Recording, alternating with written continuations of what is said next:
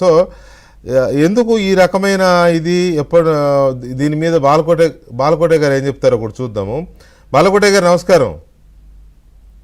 నమస్కారం వెంకటకృష్ణ గారు. ఇప్పుడు జగన్మోహన్ రెడ్డి గారిని భుజాన్ని వేసుకుని వాళ్ళ పార్టీలో అభిమానులుగా ఉన్న అన్ని కులాల వాళ్ళు మోస్తారు. కొంతమంది మరి బరి తెగించి పోస్టు పెడతా ఉంటారు, లేకపోతే దాడులు చేస్తూ ఉంటారు ఎదుటి వాళ్ళ మీద.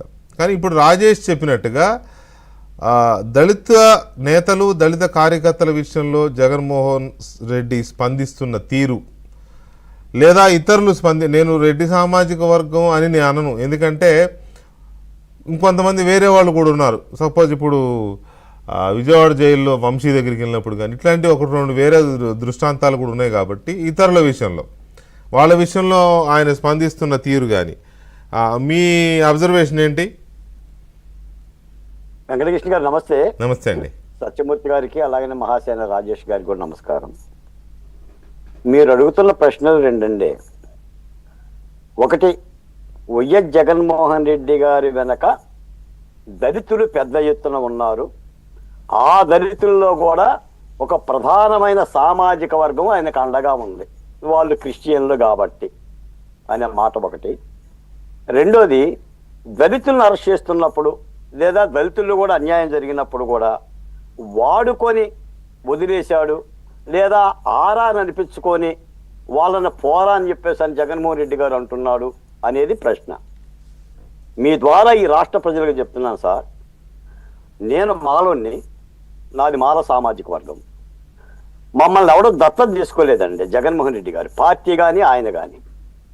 మాకు బొడ్డు కోసి పేరు కూడా పెట్టలేదండి. అన్ని రాజకీయ పార్టీల్లో ఉన్నట్టుగానే మాలలుండారు, మాదిగలుండారు, రెడ్డిలుండారు, కమ్మలుండారు, కాపులుండారు. మేము కూడా అలాగనే ఉన్నాం. మీకు ఇంకో మాట కూడా చెప్తాను నేను. నందిగామ సురేష్ మాదిగ, బోరుగడ్డ అనిల్ మాల. ఆయన ఎంపీగా ఉండి ఆయన ప్రజాస్వామ్య రహితంగా మాట్లాడాడు. బోరుగడ్డ అనిల్ నాంకే వాసి కోన్కిస్క గొట్టం, ఏదో జగన్మోహన్ రెడ్డి గారి తాయిలాలు పెడతాడని బరి తెగించి మాట్లాడాడు, అనుభవిస్తున్నాడు. రెండో మాట కూడా చెప్తున్నా, ఈ ఇద్దరికి కూడా మేమెవరూ జాలి చూపించటం లేదండి. వైసీపీ పార్టీలో ఆనాడు పెట్టలేకపోయిన దళిత నాయకులను కానీ, లేదా వల్లభనేని వంశీని కానీ, కొడాలి నానిని కానీ, లేదా ఇతర సామాజిక వర్గాలకు సంబంధించిన మిథున్ రెడ్డి గారిని కానీ, అవినాష్ రెడ్డి గారిని కానీ, జోగి రమేష్ గారిని అరెస్ట్ చేస్తే జాలి ఎందుకు చూపించాలండి? వాళ్ళు చేసిన తప్పులు, వాళ్ళు చేసింది దుష్ట పరిపాలన, జాలి పడాల్సినంత అవసరమే ఉంది.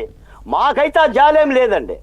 కాకపోతే నేనేం చెప్తున్నానంటే సార్, దళితులు రాజకీయ పార్టీల్లో ఒళ్ళు దగ్గరికి పెట్టుకోకపోతే, నాలుకలు శుభ్రం చేసుకోలేకపోతే రెంటికి చెడ్డ రేవళ్ళు అవుతారండి. నిన్న నందిగాం సురేష్ ఆవేదన వ్యక్తం చేశాడు. ఆఫ్టర్ ఆల్ కానుమూరి వెంకటరెడ్డికి వచ్చిన 100 మంది మద్దతు, నేను జైల్లో ఉన్నప్పుడు నన్ను పరామర్శించే దిక్కు కూడా లేదు అని చెప్పాడు. ఆ మాట జగన్మోహన్ రెడ్డి చెప్పు నందిగాం సురేష్ గారు. మీరు చెప్పాల్సింది జగన్మోహన్ రెడ్డి గారికి. మీరు ఎస్సీల మీద ఎస్సీ అట్రాసిటీ కేసు పెట్టారు, 3 రాజధానుల శిబిరం నడిపారు, అమరావతిలో అన్ని సామాజిక వర్గాలను వేదనకు గురి చేశారు, ఆ వేదన అనుభవిస్తున్నారు.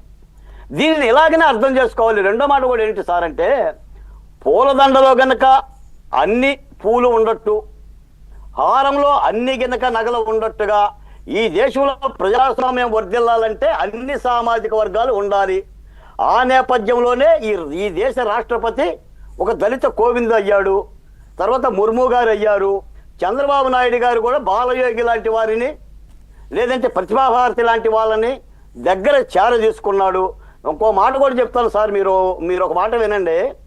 వైసీపీ ప్రభుత్వంలో కేవలం ఇద్దరేనండి, నందిగాం సురేష్ కానీ, బోరుగడ్డ అనిల్ కానీ దళితుల పక్షాన తప్పు చేసి మాట్లాడారు. కానీ ఆ విదేశీ కుక్కలు 2 మాట్లాడినట్టుగా కానీ, వల్లభనేని వంశీ మాట్లాడినట్టుగా కానీ, కొడాలి నాని మాట్లాడినట్టుగా కానీ, రోజా గారు మాట్లాడినట్టుగా కానీ, పేర్ని నాని మాట్లాడినట్టు కానీ, జోగి రమేష్ మాట్లాడినట్టు కానీ దళితులు ఎప్పుడు మాట్లాడలేదండి.